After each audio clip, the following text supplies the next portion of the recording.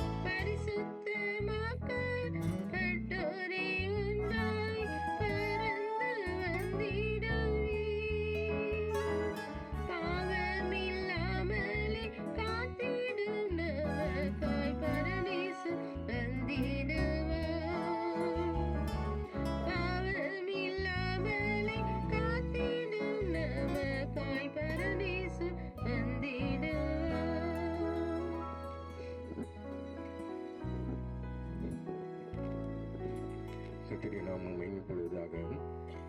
தானியேலின் புஸ்தகம் 12ஆம் அதிகாரம், தானியேல் 12ஆம் அதிகாரம் 13 வசனம். முடிவு வரமட்டும் போயிரு, நீ இளைப்பாறிக் கொண்டிருந்து நாட்களின் முடிவிலே சுதந்திர வீதத்துக்கு எழுந்திருப்பாய் என்றார். நாம் சுதந்திர வீதத்துக்கு எழுந்திருக்கிறவர்களாய் இருக்க வேண்டும். கர்த்தர் நமக்கு பரலோகத்தில் அழியாத, மாசற்ற, வாடாத சுதந்திரத்தை தேவன் வைத்திருக்கிறார். நாம் அந்த சுதந்திரத்துக்காக எழுந்திருக்க வேண்டும். கர்த்தராகிய இயேசு கிறிஸ்து மரித்து 3ஆம் நாள் உயிரோடு எழும்பி இன்றைக்கு பிதாவின் வலது பாசத்தில் நமக்காக வேண்டுதல் செய்கிறவராயிருக்கிறார். ஆகையால் தான் இந்த கிறிஸ்துவ மார்க்கம் ஜீவ மார்க்கம் என்று சொல்லப்படுகிறது. இயேசு ஜீவிக்கிறார், ஆகையால் நாமும் கூட ஜீவிக்கிறோம். இந்த மார்க்கமும் கூட ஜீவ மார்க்கமாக இருக்கிறது. அதனால தான் 1 பேதுரு 1ஆம் அதிகாரம் 4ஆம் வசனத்தில் சொல்லப்பட்டிருக்கிறது, கர்த்தராகிய இயேசு கிறிஸ்து மரித்தோரிலிருந்து எழுந்ததினால ஜீவனுள்ள நம்பிக்கை நமக்கு உண்டாகியிருக்கிறது. ஆகையால் நமக்கும் கூட மரணத்துக்கு பின்பு ஒரு ஜீவனுள்ள நம்பிக்கை, அந்த அழியாத, மாசற்ற, வாடாத சுதந்திரத்தை தேவன் வைத்திருக்கிறார். அந்த சுதந்திரத்தை பெற்றுக்கொள்வோம் ஒரு நம்பிக்கையோடு தான் இந்த நம் ஜீவியத்தை நாம் செய்து கொண்டிருக்கிறோம். கர்த்தருடைய நாமம் மகிமைப்படுவதாக. கர்த்தராகிய இயேசு கிறிஸ்து ஆரவாரத்தோடு, பிரதானத்தோடு, சத்தத்தோடு, தேவ எக்காலத்தோடு வானத்திலிருந்து இறங்கி வருவார். கிறிஸ்துக்குள் மரித்த பரிசுத்தவான்கள் உயிரோடு எழுந்திருப்பார்கள். இந்த தாயாரும் கூட உயிரோடு எழுந்திருப்பார்கள். உயிரோருக்கு நாமும் கூட மருவமாக்கப்பட்டு கர்த்தராகிய இயேசு கிறிஸ்துவோடு கூட அந்த அழியாத, மாசற்ற, வாழாத சுதந்திரத்தில் நாமும் கூட பங்கடைவோம். அப்படிப்பட்ட நம்பிக்கையோடு தான் இந்த ஜீவித்தை செய்து கொண்டு இருக்கிறோம். இந்த தாயாரையும் கூட அடக்கம் பண்ணும்படியாக நாம் வந்திருக்கிறோம். கர்த்தருடைய நாம மகிமைப்படுவதாக. அங்கு நம்ம சுதந்திர வீரத்துக்கு நம்ம எழுந்திருக்க வேண்டும். நீ வேதத்தில் படிக்கும்போது உன்னத பாட்டு 2ஆம் அதிகாரம் 10ஆம் வசனத்தில் படிக்கும்போது நாம் கூட அந்த சுதந்திரத்தை பெற்றுக்கொள்ளும்படி எழுந்திருக்க வேண்டுமானால் அவருக்கு பிரியமானவர்களாக, அவருக்கு ரூபவதியாக இருந்தால் தான் அந்த சுதந்திர வீரத்தை நாம் கூட பெற்றுக்கொள்ள முடியும் என்று படிக்கிறோம்.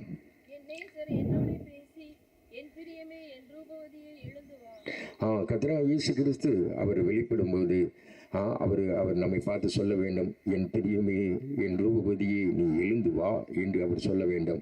கர்த்தருடைய நாமம் மகிமைப்படுவதாக. இந்த பூமியில் இருக்கும் பொழுது நாம் ஆண்டவரை மாத்திரம் பிரியப்படுத்தி ஜீவிக்கும்படியாக தான் கர்த்தர் உங்களினே அழைத்திருக்கிறார். சரீரத்தில் குடியிருந்தாலும் குடியிராமல் போனாலும் கர்த்தரையே பிரியப்படுத்த நாடுகிறோம் என்று சொல்லப்பட்டிருக்கிறது. நாம் கூட ஒரு காலம் மனுஷரை பிரியப்படுத்தி, பிசாசை பிரியப்படுத்தி, நம்முடைய மாம்சத்தை பிரியப்படுத்தி கொண்டு நாம் ஜீவித்து கொண்டு இருந்தோம். இந்த உலகத்தில் பாவிகளாக பாவம் செய்து பிசாசுக்கு அடிமையாக நம்ம காணப்பட்டோம். மாம்சிக அன்புக்கு இடம் கொடுத்து மனுஷருக்கு அடிமையாக இருந்தோம்.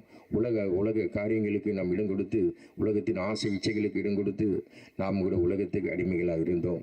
கர்த்தராகிய இயேசு கிறிஸ்து மேன்மையான ரட்சிப்பை, அந்த கல்வாரி அன்பை வெளிப்படுத்தி மேன்மையான ரட்சிப்பை தந்து அந்த அன்பின் கயிற்றினால கட்டி நம்ம இழுத்து கொண்டபடியினால அந்த நாள் முதல் கொண்டு நான் ஆண்டவரை மாத்திரம் பிரியப்படுத்தி என்னை இழுத்து கொள்ளும் ஆண்டவரே உண்மை பின்பற்றி வருகிறேன் என்று சொல்லி ஒவ்வொரு நாளும் தேவ அன்பினால் நிறைந்து ஆண்டவரை மாத்திரம் பிரியப்படுத்தி கொண்டு ஜீவித்துக் கொண்டிருக்கிறோம். கர்த்தருடைய நாம மகிமைப்படுவதாக. அதிலே நாம் திருப்திப்படக்கூடாது. அவருக்கு பிரியமானவராக இருக்க வேண்டுமானால் மத்தேயு 17ஆம் அதிகாரத்தில் படிக்கும்போது கர்த்தராகிய இயேசு கிறிஸ்து ஒலிவ மலையில் போய் பேதுரு யாக்கோபோடு கூட சேர்ந்து ஒலிவ மலையை ஜெபித்து மருவமானார். அப்பொழுது வானத்திலிருந்து ஒரு சத்தம் உண்டானது, இவர் என் நேசகுமாரன், இவரில் பிரியமாக இருக்கிறேன். ஆகையால் நாம கூட கர்த்தராகிய இயேசு கிறிஸ்து வெளிப்படும் போது நம்மை பார்த்து என் பிரியமே என்று சொல்லத்தக்க விதத்தில் நாம் அவர் பிரியமானவர்களாய் காணப்பட வேண்டுமானால் நாம் பூமியில் இருக்கிற நாட்களில் நல்ல ஜெபிக்கிற மனுஷராக இருக்க வேண்டும். இன்னைக்கு அநேக ரட்சிப்பின் அனுபவத்தில் அதிலேயே திருப்தியாக இருக்கிறாங்க. ஆனால் ஜெபமே ஜெயம், ஜெய ஜீவியத்தின் ரகசியமே ஜெபத்தில் தான் இருக்கிறது. ஆனால் தான் இன்னைக்கு அநேகர் ஜெபத்தில் என்ன செய்யறதில்லை, ஜெப காரியங்களுக்கு முக்கியத்துவம் கொடுக்கறதில்லை, ஜெபிப்பதில்லை. அங்கே கர்த்தராகிய இயேசு கிறிஸ்து பிதாவாகிய தேவன் இவரின் நேசகுமாரன், இவரில் பிரியமாக இருக்கிறேன்னு சொல்ல காரணம் அவர் ஜெபித்து மருவமானார் என்று சொல்லப்பட்டிருக்கிறது. இன்னைக்கு அநேகர் ஜெபிக்கிறோம், ஆனால் கர்த்தர் பிரியப்படுகிறதில்லை. ஏன்? கனநித்திரை நாவிக்கு இடம் கொடுத்து, சோம்பல் அசதி நீர்விசாதத்துக்கு இடம் கொடுத்து, இன்னைக்கு அநேகர் என்ன வீணான சிந்தனைக்கு இடம் கொடுத்து கொண்டு தேவ சமூகத்தில் அவங்க ஜெபிக்கிறதுனால அந்த ஜெபத்தில் கர்த்தர் பிரியப்படுகிறது இல்லை. கர்த்தராகிய இயேசு கிறிஸ்து ஜெபித்து அவர் மருவமானார். அவர் வஸ்திரம் வெண்மையாக பிரகாசித்தது, அவர் முகம் சூரியனை போல பிரகாசித்தது என்று சொல்லப்பட்டிருக்கிறது. நாமும் கூட பரிசுத்தாவின் அபிஷேகத்தினால் நிறைந்து நம்ம ஜெபித்தா தான் கர்த்தர் என்ன செய்வார், அந்த ஜெபத்தில் பிரியப்படுவார். அங்கே நம்ம யூதாவில் கூட படிக்கும்போது மகா பரிசுத்த விசுவாசத்தில் உறுதி பிடித்து கொண்டு பரிசுத்த ஆவியினால் நிறைந்து ஜெபிக்க வேண்டும் என்று சொல்லப்பட்டிருக்கிறது. இன்றைக்கி நாம் கூட எத்தனை ஜெபங்களுக்கு போகிறோம், நம்ம ஜெபிக்கிறோம், அந்த மகா பரிசுத்த விசுவாசம் இல்லை. கர்த்தர் இந்த ஜெபத்துக்கு பதில் தருவார். அவரை தேடுகிறவர் உண்டென்றும் தம்மை தேடுகிற யாவருக்கும் பலனளிக்கிறார் என்று விசுவாசிங்க. ஒரு ஜெபத்துக்கு போனால் இன்றைக்கி நான் ஜெபிக்கிறேன், இந்த கர்த்தர் இந்த ஜெபத்துக்கு பதில் தருவார், அந்த விசுவாசத்தோடு நம்ம ஜெபிக்க வேண்டாம். இன்னைக்கு அந்த ஜெபத்தில் தான் கர்த்தர் பிரியப்படுகிறார். ஆகையால் நாமும் கூட என்ன செய்யணும், இந்த தாயார் பூமியில் இருந்த நாட்களில் கடைசி வரைக்கும் கொஞ்சம் பலன் இருந்தால் மறுதலியாமல் இருந்த நாட்கள் தேவ சம்மத்துக்கு வந்தாங்க, ஜெப காரியங்கள் முக்கியம் கொடுத்தாங்க. அப்புறம் வர முடியாத நாட்களையும் கூட என்ன செய்யணும், வீடுகளில் ஜெபித்து, நான் எத்தனையோ முறை ராபோஜனம் கொடுக்க போகும்போது கூட ஜெபித்து ஆயத்தத்தோடு இருப்பாங்க, வருவதற்காக. அப்போ பாருங்க, அந்த ஜெபித்து பரிசுத்தால் அபிஷேகத்தால் ஜெபித்து அந்த பரிசுத்தம் அந்த வஸ்திரம் வெண்மையாய் மாறுவது போல ஜெபிக்க தான் நம்ம ஜீவியம் பரிசுத்தமாக இருக்கும். அதை தான் ஆண்டவர் பிரியப்படுவார். ஆகையால் அந்த என் பரிசுத்த பொருதுமாய் ஜெப வீட்டில் மகிழ பண்ணுவேன். நான் ஜெபம் நமக்கு அவ்வளோ சந்தோஷமாக இருக்கணும். பரிசுத்தாவின் சந்தோஷம் நிறைந்து ஜெபிக்க நமக்குள்ள அந்த மறுரூபம், அந்த பரிசுத்தம் உண்டாகும்.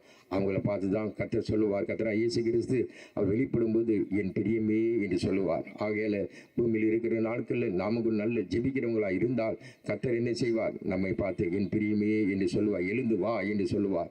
நாம கூட கிறிஸ்துவுக்கு மரித்த பரிசுத்தவான்கள் உயிரோடு எழுந்திருப்பார்கள். நாம கூட உயிரோடு இருக்கிற நாம் மறுரூபமாக்கப்பட்டு அவரை சந்திக்க முடியும். கர்த்தரை நாம் மகிமைப்படுவதாக. இரண்டாவது, நாம் கர்த்தர் நம்மை பார்த்து, கர்த்தராகிய இயேசு கிறிஸ்து நம்மை பார்த்து என் பிரியமே என்று சொல்லணுமா, துதித்தல் தான் அவருக்கு பிரியமும் இன்பமும் ஏற்றதாக இருக்கிறது. இந்த நாட்களில் நாம் ஜெபிக்கிறோம், ஆனால் கர்த்தர் என்ன செய்ய துதிக்கிற அனுபவம் இல்லை. இன்னைக்கு எல்லாம் அனுகூலமாக இருக்கும்போது எல்லாரும் துதிக்கிறாங்க, அனுகூலமற்ற சூழ்நிலை வரும்போது அநேகர் சோர்ந்து போகிறாங்க. அப்படி இல்லை. இது என்ன செய்ய வேண்டும், தெசலோனிக்கர் 5ஆம் அதிகாரத்தில் சொல்லப்பட்டு எல்லாவற்றுக்காகவும் தோத்திரம் பண்ணுங்கள், அதுதான் உங்களை குறித்து தேவ சித்தமாக இருக்கிறது. ஆகையால் இந்த ஆண்டவருக்கு பிரியமானவங்க எல்லாம் அனுகூலமாக இருக்கும்போது மாத்திரமல்ல, அனுகூலமற்ற சூழ்நிலையின் மத்தியிலும் கூட அவர் கர்த்தரை என்ன செய்யணும், தோத்திரம் பண்ணிக்கொண்டே இருக்கு. அதான் எல்லாவற்றுக்காக தோத்திரம் பண்ணுங்க. அதான் தாவீது சொல்லும்போது சொல்கிறான், கர்த்தரை எக்காலமும் தோத்தரிப்பேன், அவர் துதி எப்பொழுதுமே வாயில் இருக்கும். அப்போ பாருங்க, அவன் தாவீது அழைத்த போது மாத்திரமல்ல, அவன் அழைத்த நோக்கம் நிறைவேறும்படியாக, அந்த சிங்காசனத்தை சுதந்திரிக்கும்படியாக கர்த்தர் அவன் பல்வேறு ஊத்துறத்தின் வழியாக, பல்வேறு பாடுகள் வழியாக கர்த்தர் நடத்தின போது அவன் என்ன செய்யலாம், எல்லாவற்றுக்கும் தோத்திரம் பண்ணிக்கொண்டே நடந்தான். ஒருபோது முறுமுறுக்கவில்லை, கேள்வி கேட்கவில்லை, எதிர்க்கவில்லை. அதுபோல தான் கர்த்தராகிய இயேசு கிறிஸ்து கூட பிதா அவரை பாடுகளுக்கு உட்படுத்தி நொறுக்க சித்தமான போது கூட அவர் எதிர்க்கவில்லை, பின்வாங்கவில்லை. அவரை பாடுபடும் போது பயமுறுத்தவில்லை. எல்லாவற்றுக்காக என்ன செய்தார், தோத்திரம் பண்ணிக்கொண்டே அந்த பாதையில் கடந்து போனார். ஆகையில் நாமும் கூட வர போராட்டங்கள் சோதனைகள் மத்தியிலும் கூட என்ன செய்யணும், கர்த்தர் எல்லாம் நமக்கு ஒன்றும் சம்பவியாது. பரத்திலிருந்து உத்தரவு வராவிட்டால் நம்மில் ஒருவருக்கு அதிகாரம் இல்லை. கர்த்தரே உன்னை நித்தம் நடத்தி என்று சொல்லப்பட்டிருக்கிறது. கர்த்தரே நம் நித்தம் நடத்துகிறார் என்று சொல்லி கர்த்தர் நடத்துகிற பாதையில் நம்ம எல்லாவற்றுக்காக தோத்திரம் பண்ணிக்கொண்டே கடக்க வேண்டும். அதான் கர்த்தருக்குள் எப்பொழுதும் சந்தோஷமாக இருங்கள். சந்தோஷமாக இருக்கிறவங்க எப்பவும் கர்த்தர் நடத்துகிற பாதையில் தோத்திரம் பண்ணிக்கொண்டே இருப்பார்கள். இந்த தாயாரும் கூட கொஞ்ச நாளாக வியாதி படுக்கையில் இருந்த போதும் கூட அந்த பாதையில் எல்லாவற்றுக்காக தோத்திரம் பண்ணிக்கொண்டே சந்தோஷமாக காணப்பட்டார்கள். ஆகையால் நாமும் கூட அதனால் தான் கர்த்தராகிய இயேசு கிறிஸ்து வெளிப்படுவார், உங்களை பார்த்து என் பிரியமே என்று சொல்லுவார். ஏனென்றால் நல்ல சரீர சுகபலன் ஆரோக்கியம் இருந்தது மாத்திரமல்ல, சரீர சுகபலன் இல்லாத நாட்களையும் கூட என்ன செய்தாங்க, கர்த்தருக்குள்ள நல்ல தோத்திரம் பண்ணிக்கொண்டே இதுதான் தேவ சித்தம் என்று சொல்லி அந்த பாடுகளுக்கு தன்னை மனப்பூர்வமாக சந்தோஷமாக அவர்கள் தன்னை ஒப்பு கொடுத்து ஓட்டத்தோடு முடித்தார்கள். அதுபோல் நாமும் கூட கர்த்தர் நடத்துகிற பாதை எதுவாக இருந்தாலும் எல்லாவற்றுக்காக தோத்திரம் பண்ணிக்கொண்டே நம்ம ஜீவிப்போமானால் கர்த்தராகிய இயேசு கிறிஸ்து வெளிப்படும் போது என் பிரியமே என்று சொல்லி உங்களை என்னை அழைப்பார். கர்த்தருடைய நாமம் மகிமைப்படுவதாக. அடுத்தபடியாக, விசுவாசம் இல்லாமல் தேவனுக்கு பிரியமாய் இருப்பது கூடாத காரியம் என்று சொல்லப்பட்டிருக்கிறது. இந்த கடைசி நாட்கள் வந்திருக்கிறோம். விசுவாச ஜீவியை செய்கிறவங்களை தான் ஆண்டவர் என்ன செய்வார், என் பிரியமே என்று சொல்வார். கடைசி நாட்களில் அநேகர் விசுவாசத்தை விட்டு வழுவி போவார்கள் என்று சொல்லப்பட்டிருக்கிறது.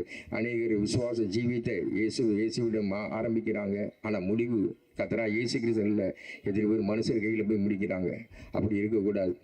இந்த தாயார் பாருங்கள், இவ்வளோ கஷ்டங்கள் வந்தாலும் கூட கடைசி வரையும் விசுவாசத்தை காத்துக்கொண்டே என்று சொல்லி ஜெயத்தோடு ஓட்டத்தை முடித்தார்கள். பெட்டியில் எழுதுவதற்காக அந்த வசனம் சொல்லப்படவில்லை. நம்ம ஓட்டம் முடிக்கும் போது மற்றவங்கள் இல்லை, நாம் சொல்ல வேண்டும், மனச்சாட்சி சொல்ல வேண்டும், நல்ல போராட்டத்தை போராடினேன், ஓட்டத்தை முடித்தேன், விசுவாசத்தை காத்துக்கொண்டு. ஓட்டத்தை எப்படி வேணால் முடிக்கலாங்க, எப்படி வேணால் முடிக்கலாம். ஆனால் விசுவாசத்தை காத்துக்கொண்டேன் என்று சொல்லி, அதான் விசுவாச வீரர்கள் என்று சொல்லப்பட்டிருக்கிறது. விசுவாச ஜீவி, அது போராட்டம் நிறைந்த ஜீவியோ. அந்த போராட்டத்தில் கடைசி பரியந்தம் ஆண்டவர் மாதம் பட்டி பிடித்து கொண்டு அந்த ஜீவியத்தை ஜெயத்தோடு ஓட்டத்தை முடிக்கிறவங்க தான் வீரர்கள். அவர்கள் தான் என்ன செய்ய முடியும்? அவர்களை பார்த்தா என் பிரியமே என்று சொல்லுவார். ஆனால் தான் விசுவாசம் இல்லாமல் தேவனுக்கு பிரியமாக இருப்பது கூடாது. கடைசி நாட்கள் வந்திருக்கிறோம். அநேகர் விசுவாசத்தை விட்டு வலிவு போகிற காலத்தில் வந்திருக்கிறோம். இந்த நாட்களில் விசுவாச ஜீவியை செய்து தாயாரை போல எப்படிப்பட்ட சூழ்நிலை மத்தியிலும் எல்லாவற்றுக்காக என்ன செய்யணும்? அவங்க ஜெபத்தில் விசுவாசத்தோடு ஜெபித்து கத்தத்திலிருந்தே பெற்றுக்கொண்டார்கள். விசுவாசத்தினால் வராத யாவுமே பாவம். அப்போ விசுவாசம் இல்லாமல் ஜீவித்து அவர் கர்த்தருடைய பார்வையில் பாவிகள். அதனால் தான் அவிசுவாசிகள் இரண்டாம் மரணமாய் அக்கினியின் கந்தங்கரியில் கடலில் காணப்படுவார்கள். ஆகையால் நாம் இந்த பூமிக்குரிய தேவைகளுக்கு மாத்திரமல்ல, பரலோக ஆசீர்வாதங்களை பெற்றுக்கொள்வதற்காகவும் கூட நாம் ஒவ்வொரு நாளும் ஆண்டவர் மாத்திரம் விசுவாசத்தை துவக்குற முடிக்கிறோமா இயேசை மாத்திரம் நோக்கி பார்த்து கத்த நேரத்தில் பாதை எதுவாக இருந்தது ஆண்டவர் நியமித்த பாதை. இந்த தாயாருக்கும் கூட கடைசி நாட்கள் அவங்க நடக்க முடியல, படுக்கையில் இருந்தாங்க. ஆனால் அவங்க அந்த பாதை ஆண்டவர் நியமித்த பாதை, கத்த நியமித்த பாதை என்று சொல்லி விசுவாசத்தை துவக்கிற முடிக்கிறோமா இயேசை மாத்திரம் நோக்கி பார்த்து அந்த பாதையில் பொறுமையோடு ஜெயத்தோடு ஓடி முடிக்க கத்தர் உதவி செய்தார். ஆகையில் கடைசி நாட்கள் நாமும் கூட வந்திருக்கிறோம். ஆண்டவர் நம் விசுவாசிகள் இன்னார் என்று அறிவேன், அவருக்கு ஒப்பு கொடுக்கப்பட்டதை அந்நாள் வரைக்கும் பாதுகாக்க வல்லவர் என்று சொல்லி நிச்சயத்தோடு ஓட்டத்தை முடிக்க வேண்டும். இந்த விசுவாச ஜீவித்தை நாம் எப்படி செய்ய வேண்டும்? விசுவாசம் என்பது கேள்வியினால் வரும், கேள்வி கர்த்தருடைய வசனத்தினால் வரும். உபதேசங்களை கேட்க கேட்க கேட்க கேட்டு நம்ம ஜீவியத்தில் அனுபவமாக்க இதயத்தில் விசுவாசம் பெருகி கொண்டே இருக்கும். விசுவாசத்தில் பூரணம் இருக்கிறது. அதனால தான் நேற்று நான் போகும்போது கூட என்ன செய்யலாம், மரண தருவாயில் காணப்பட்டாங்க. அப்போ சரீர பலத்தினால் அவங்க மரணத்தை ஜெயமாக விழுங்க முடியாது. அப்போ அவங்க உள்ளான மனுஷனில் நல்ல பலப்பட்டு விசுவாசத்தின் ஆவி உபதேசங்களை கேட்டு கேட்டு கேட்டு உள்ளான மனுஷனில் பலனாக இருந்தபடினால தான் அந்த மரணத்தை ஜெயமாக விழுங்க முடிந்தது. அப்போ அந்த உபதேசங்களை கேட்டு கேட்டு உள்ளான மனுஷனில் பலவான்களாக இருக்கிறவங்க தான் அந்த மரண வேலையில் ஜெயமாக ஓட்டத்தை முடிக்க முடியும். ஆகையால் நான் உபதேசம் கேட்கறது மாத்திரமல்ல, ஒவ்வொரு நாளும் ஜீவியத்தில் அனுபவமாக்கி கொண்டு விசுவாசத்தில் வல்லவர்களாக நாம் கூட விசுவாசத்தில் வீரர்களாக நாம் மாற்றப்பட வேண்டும். அதனால தான் சொல்லப்பட்டு வாலிபர்களை பொல்லாங்கானவர்களை ஜெயித்தபடி உங்களுக்கு எழுதுகிறேன். கர்த்தருடைய வசனம் உங்களுக்குள் நிலைத்திருக்கிறதே. ஒவ்வொரு நாளும் உபதேசங்களை கேட்டு இதயத்தில் அனுபவமாக்கி கொள்றவங்க தான் விசுவாச வீரர்களாக அவர்கள் ஓட்டத்தை ஜெயத்தோடு ஓடி முடிக்க முடியும். கர்த்தருடைய நாம மேன்மைப்படுவதாக. கடைசியாக படிக்கும்போது அங்கே ரூபவதி என்று நம்ம படிக்கிறோம். உன்னத பாட்டில் படிக்கும்போது என் மன மகிழ்ச்சியாகிய ரூபவதி என்று சொல்லப்பட்டிருக்கிறது.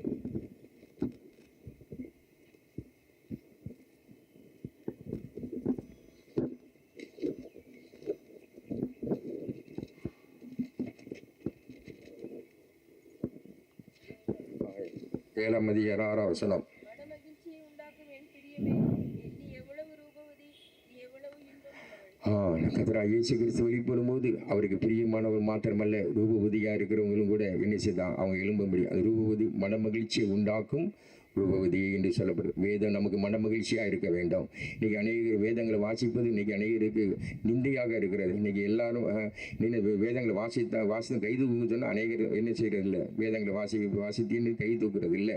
இன்னைக்கு காரணம் என்ன? இந்த உபதேசம் தான் உங்களை இனி சீயோனில் கொண்டு போய் சேர்க்கக்கூடியதாக இருக்குது. இந்த உபதேசம் பூர்ணத்தின் உபதேசமாக இருக்கிறது. இரவும் பகலும் கர்த்தருடைய வேதத்தில் பிரியமாக இருந்து தியானிக்கிற மனுஷன் தான் பாக்கியவான் என்று சொல்லப்பட்டிருக்கிறது. அவர்கள் நீர்க்கால் ஓரமாய் நடப்பட்டு தன் காலத்தில் தன் கனியை கொடுக்கிற இலையுதிராத மரத்தை போல இருப்பான். நல்ல ஒவ்வொரு நாளும் உபதேசங்களை கேட்டு வேதங்களை வாசிக்க வேண்டும். உபதேசம் கேட்கிறோம், ஆனால் ஒவ்வொரு நாளும் என்ன செய்யணும்? வேதங்களை வாசிக்கணும். வாசித்து தியானிக்கும் போது எவ்வளவு போராட்டங்கள் சோதனைகள் வந்தாலும் கூட அவங்க இலை உதிராது. எப்பவும் என்ன செய்யணும்? மன மகிழ்ச்சியாக சந்தோஷமாக காணப்படும். வேதம் எனக்கு மன மகிழ்ச்சியாக இருந்தால் துக்கத்தில் அமர்ந்திருப்பேன். நீங்கள் எத்தனையோ பேர் ஓட்டம் துக்கத்தோடு முடிய காரணம் வேதம் அவங்களுக்கு மன மகிழ்ச்சியாக இருக்கிறது இல்லை.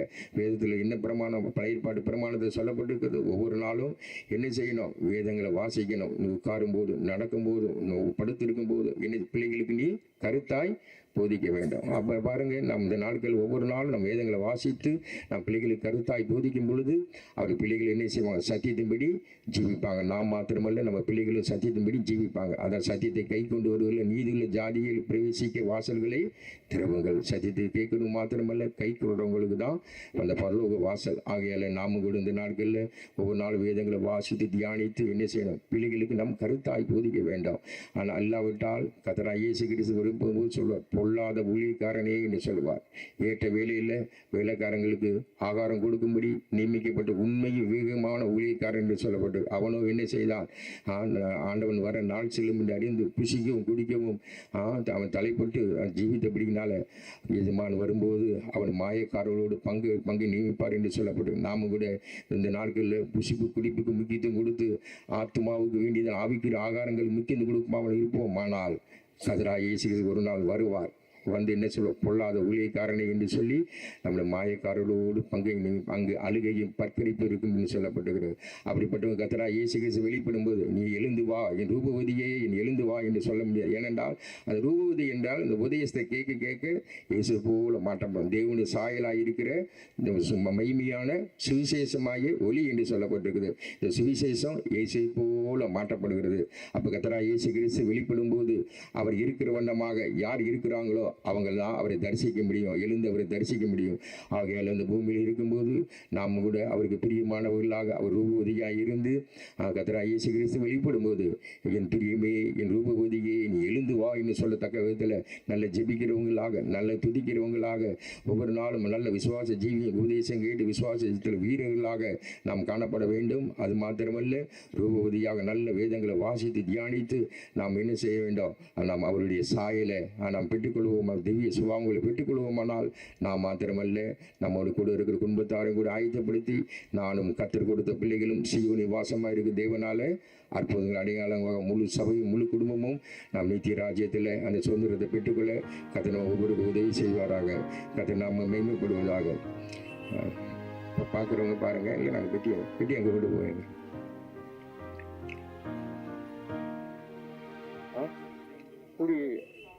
அப்போ பார்க்குறவங்க பாருங்க, கடைசியாக பார்க்கறவங்க பாருங்க.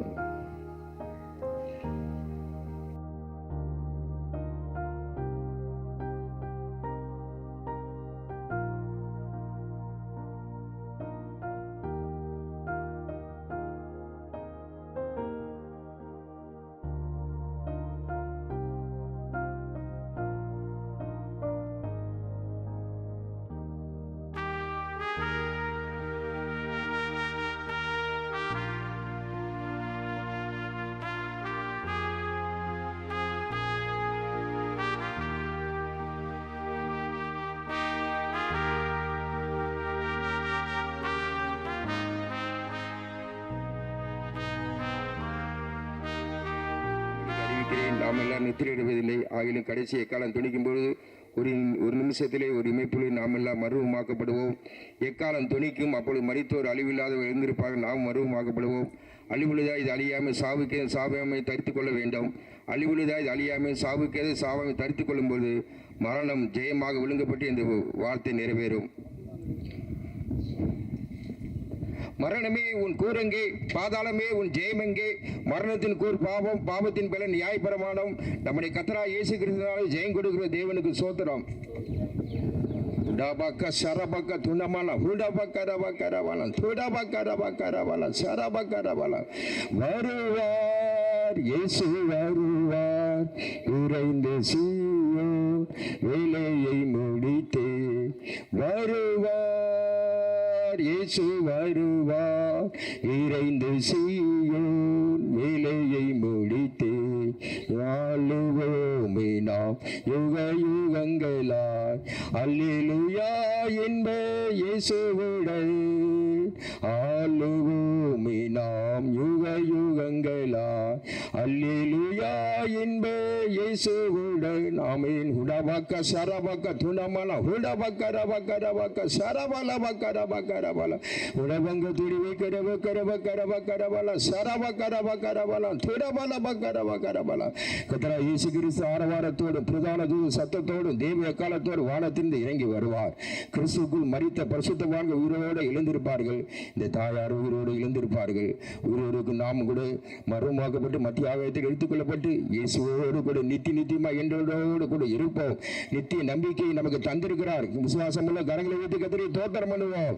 தோத்திரம் தோத்திரம் தோத்திரம் தோத்திரம் தோத்திரம் தோத்திரம் தோத்திரம் தோத்திரம் தோத்திரம் தோத்திரம் தோத்திரம் தோத்திரம் தோத்திரம் தோத்திரம். அந்த நம்பிக்கை நிலையும் உறுதியும் திரைக்குள்ள பிரவேசிப்பதற்கு ஆத்ம நங்கூரமா இருக்கிறது. நாமும் கூட அந்த திரைக்குள்ள, அந்த மகாபரிசு ஸ்தலத்துக்குள்ள, சீயோனுக்குள்ள, எருசலேமுக்குள்ள பிரவேசி வரைக்கும் அந்த நம்பிக்கையில நங்கூரம் போல ஜீவிக்க, அந்த நம்பிக்கையில சந்தோஷமாய் காணப்பட கர்த்தர் இந்த கிருபைகளுக்காக கர்த்தரை தோத்திரம் பண்ணுவோம். தோத்திரம் தோத்திரம் தோத்திரம் தோத்திரம் தோத்திரம் தோத்திரம் தோத்திரம் தோத்திரம் தோத்திரம் தோத்திரம் தோத்திரம். அடக்காரன் கர்த்தர் பொறுப்படுத்த ஆசீர்வதித்தாரே, கர்த்தரை தோத்திரம் பண்ணுவோம். தோத்திரம் தோத்திரம். திரும்பி போறவங்க எல்லாரும் பிரயாணங்களை கூட வந்து பாதுகாக்கணுக்காக கர்த்தரை தோத்திரம் பண்ணுவோம். தோத்திரம் தோத்திரம். எங்கிருந்தாலும் தெய்வ சித்தத்தை பரிபூர்ணமா நிறைவேற்றி நாம் எல்லாரும் நித்திய வீட்டை சுதந்திரிக்க கர்த்தர் நமக்கு உதவி செய்தாரே, கர்த்தரை தோத்திரம் பண்ணுவோம். தோத்திரம் தோத்திரம். தன் எல்லா துதி மகிமையெல்லாம் கர்த்தருக்கு செலுத்தி தோத்திரம் பண்ணுவோம். தோத்திரம் தோத்திரம். கிருபை இருக்கும்போது நல்ல ஆண்டவரே, நல்ல தொடர்ஸ்தோத்திருக்கிறேன் கர்த்தாவே. இந்த தாயாரோட ஜீவித தேவன் செய்த எல்லா நன்மைகளுக்காக ஸ்தோத்திரம். தாய் மூலமாக குடும்பத்தாருக்கு செய்த எல்லா நன்மைகளுக்காக மத்துதிக்கிறோம் சுவாமி. இத்தனை வருஷங்கள் கர்த்தாவை இந்த பூமியில் உமக்கு என்று ஜீவிக்க மகா பெரிய பாக்கியத்தை தந்ததுக்கு உமக்கு நன்றி செலுத்துகிறோம். இந்த பூமியில் பிறக்க வைத்து அவங்களுக்கு ஒரு ரட்சிப்பின் அனுபவத்தை தந்து, ஞானஸ்தானம் எடுக்க அபிஷேகத்தை தந்து, தேவன் இதுவரை பரிசுத்தவங்களை ஐக்கியத்தினை நடத்தினபடினாலும் நன்றில் தொடர்ஸ்தோத்திருக்கிறோம் கர்த்தாவே. கடைசி வரை அவங்களோட விசுவாச ஜீவத்தை காத்துக்கொண்டு ஜெயமா ஓடி முடிக்க தேவன் உதவி செய்திருக்கா உண்மை துதிக்கிறோம் ஆண்டவரே. இந்த மரணத்தை நிமித்தமும் துக்கத்தில் இருக்கிற எல்லா குடும்பத்தார தேவன் ஆறுதல் படுத்தணும் ஆண்டவரே. அவங்க சென்ற பாதையில் நாங்களும் செல்ல தேவன் உதவி செய்யணும். அவங்க எப்படி தேவனுக்கு பிரியமா ஜீவித்தார்கள், அது போல கர்த்தாவே இந்த உலகத்தில் நாங்கள் ஜீவித்த நாங்கள் கர்த்தாவே எங்களுக்கு சுதந்திரத்தை தேவனை வைத்திருக்கிறது. அதுக்காக எங்களுக்கு தந்த ஆலோசனைப்படி ஜீவிக்க, அதிகமாக ஜெபிக்க, தேவ சமூகத்தை நாங்கள் நாட தெரிந்த நாட்களை உதவி செய்யணும். தேவன் எல்லா விஷயங்களுக்கும் தேவனை துதிக்க ஒரு நல்ல விசுவாச ஜீவத்தை இன்னும் கட்டி எழுப்ப முன் செல்ல தேவன் உதவி செய்யும். நீர் எங்களுக்கு தந்திருக்கிற வேத வசனங்களோட உபதேசங்களை சத்தியத்தின்படி ஜீவிக்க கர்த்தாவே சீக்கிரமாக வரப்போறீர். ஒரு நித்திய சுதந்திரத்தை எங்களுக்கு வைத்திருக்கிறீர். அதே சுதந்திரத்துக்குள்ள தேவன் எங்கள் எல்லாருக்கும் உதவி செய்யும். தொடர்ந்து கர்த்தர் நடத்தின குடும்பத்தை ஆசீர்வதிக்கணும். தேவன் நாம மகிமைப்படுத்தி உங்களோட வருகைக்கு ஆயத்தமாக்கும். இயேசுவின் நாமத்தினால் ஜெபம் கேளும் பிதாவே, ஆமென். நம்முடைய கர்த்தராகிய இயேசு கிறிஸ்து கிருபை, பிதாவாகிய தேவன் அன்பு, பரிசுத்தமான ஐக்கியமும் காவலும் சமாதானமும் நம்மோடு சகல பரிசுத்தவான்களோடு கூட விசேஷமாக துக்கத்தில் ஆழ்ந்த குடும்பத்தாரோடு கூட கர்த்தர் வரியை விரிந்து கூட இருப்பதாக. ஆமென். அல்லேலூயா. கொண்டு போடுவோம்.